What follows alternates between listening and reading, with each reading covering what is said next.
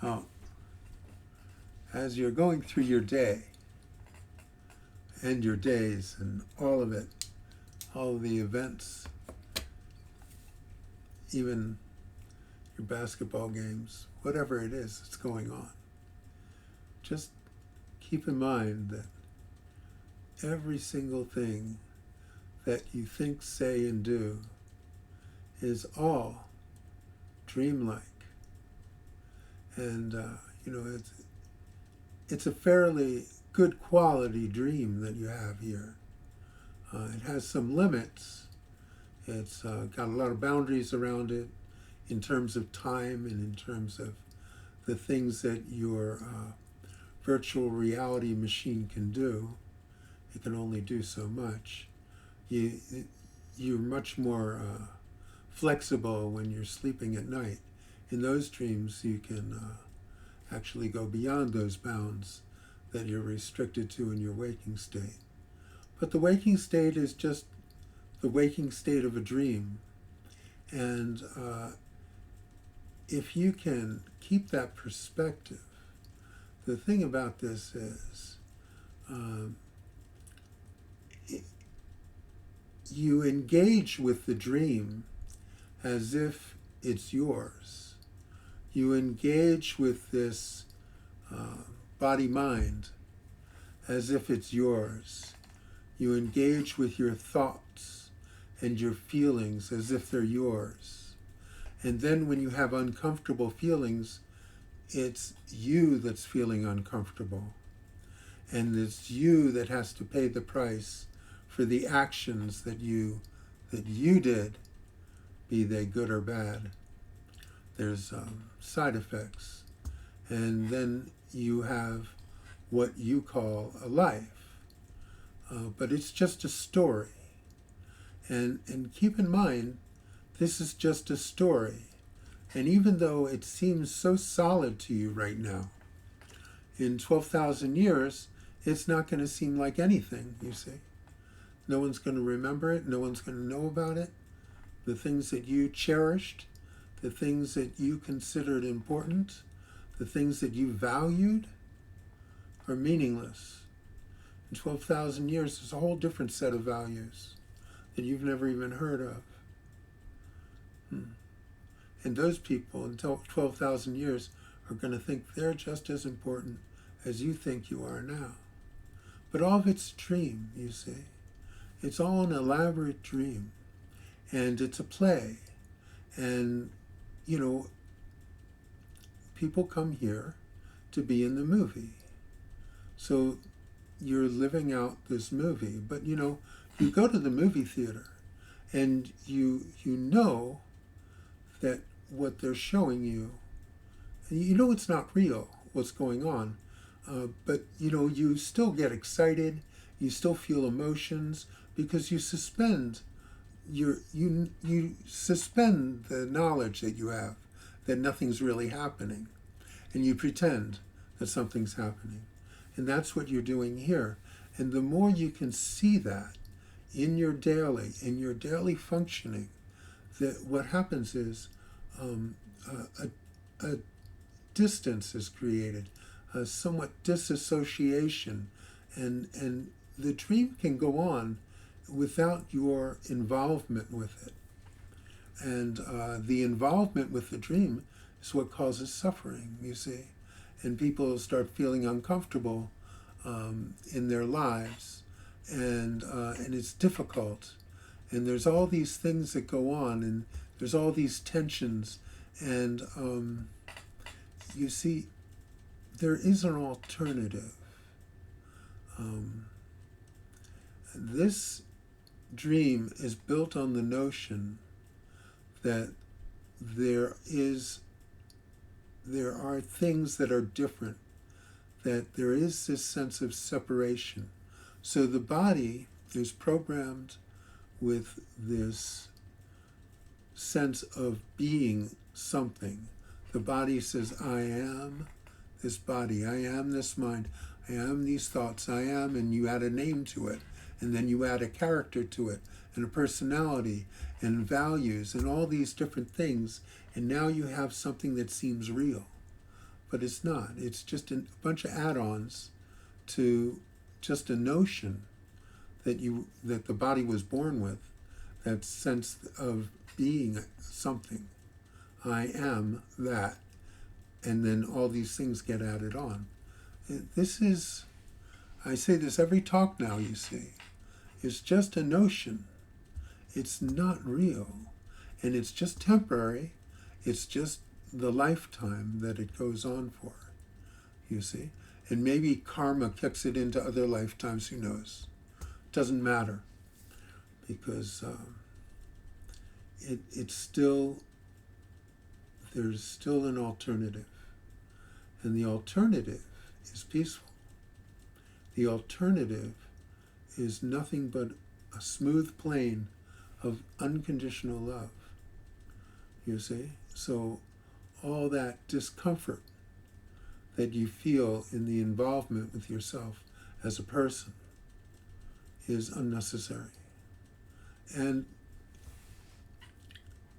so I want you to be able to take the time in your daily activity to notice that, oh yeah, it's just a dream. And this is just a notion, a story. And you can still enjoy the story. I mean, Ramesh watched every single cricket game that went on with India, and he watched all the tennis. He loved tennis. I didn't know anything about tennis till I met Ramesh. And I still don't know anything about cricket. Never figured it out. But, you know, he enjoyed all those things. But he knew that the entire life, this whole thing of the body-mind and all of it, he never associated with that as being who he is. He never clicked into it in that way, in the time I knew him, of course.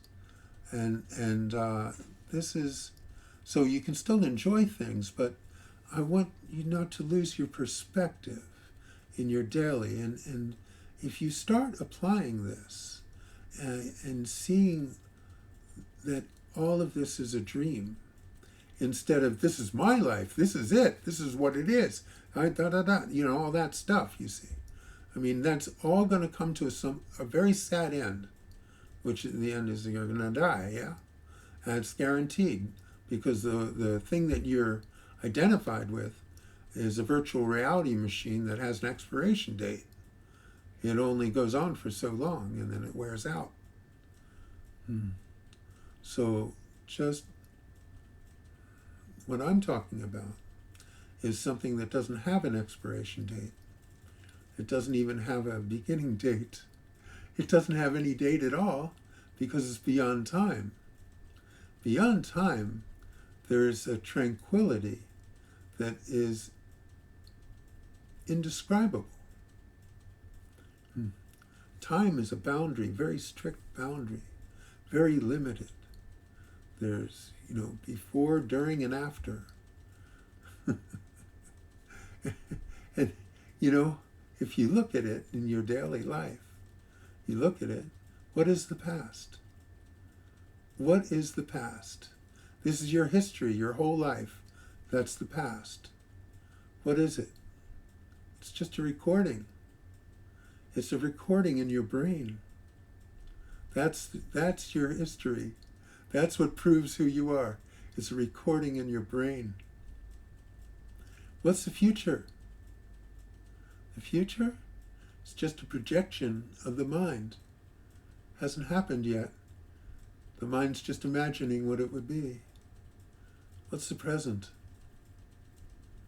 What is the present? There is something in the present that points in the right direction, you see. It's not what it is, because it's still a product of time. But there is this thing in this very moment that's a good reminder of that peace that I'm speaking of. I think people have felt that, where just time stands still and there's nothing going on. It's just stillness. Find the stillness. It's everywhere. It's everywhere. You know, these words that I'm speaking would not make any sense at all without the pauses, without the time where there was nothing. It's those spaces between the words. Look at those spaces. Look at the spaces between your thoughts. Okay, so the thoughts are all movement, but each thought comes and it goes, and there's a space in between. And that space is quiet, and that space is stillness, and that space points you in the right direction, you see. So every thought that you ever had came from that stillness. Wherever that space is, suddenly a thought arose out of it. You see? But that space is infinite. It's not, all kinds of things can come out of it that are finite. But that space itself, when you go there, when you go to that space between the breaths, between the thoughts, between the words, you're looking at the wrong thing. You're looking at the movement, you know, and there's something else. There's stillness from which all the movement arises from. So take the time to notice this in your daily. You know, you all have heard what I have to say. And now it's just a matter of seeing it in your daily. Because when you see this, what I'm speaking of, when you really see the dreamlike quality of this life and how what you have taken ownership of as who you are is nothing more than some recordings, some history, some things that are stored in your brain, some conditionings that happened that cause you to respond to situations in a particular way. You see, that's nothing. You're saying that's everything, that's me. But this me character, what is this me character? There's billions of people walking around being me characters. Billions of them. And all of them think that their me character is as important as your me character. In fact, they think it's more important. So you're the most important person in your world, and they're the most important person in their world, and it's all a joke. It's all a joke. Because in no time at all these lives will be forgotten. No one will remember the names. No one will remember the events. Then it's easy to see that all those people that died 12,000 years ago, it's easy to see that it just didn't matter. Whatever they did, whatever they thought, none of it mattered. You see? It's harder to see in the middle of this life that nothing matters either. But it's true. It is true. And if you can maintain your perspective, then what will happen is you will begin to engage less with this character that you call yourself. You see, and when this happens, you'll find that the character just goes on. The play continues. The show continues. But you don't need to be involved with it because it's got nothing to do with you. And when you realize that the essence of who you are and the essence of what everything is indeed that it's all there is, you see. It's all there is. And you rest there in that place. I'm saying you rest there, but that infers that there's still a you, but there's not, you see. But the you that you think you are, any you, is so limited compared to that infinite expanse of everything. And there's no words for it, okay? People say God, people say consciousness, people say whatever they want to say. And there are no words for it, but they're all pointing in a particular direction. So I'll use those words at times. It depends what kind of mood I'm in. But what I want you all to know is that right now and always there is stillness and silence, and your mind is not designed to really take that in, you see. So it's best if your mind is still, if your mind is not running around all the time, then you don't have to take it in. It's just what's left, and it's all there. And then there's this sense of tranquility, unconditional love that just resides. That's all that's there, you see. That's all that's there. There's this little spark, this little energy that created this manifestation that we call life. And it runs, and then it subsides. But it's not you.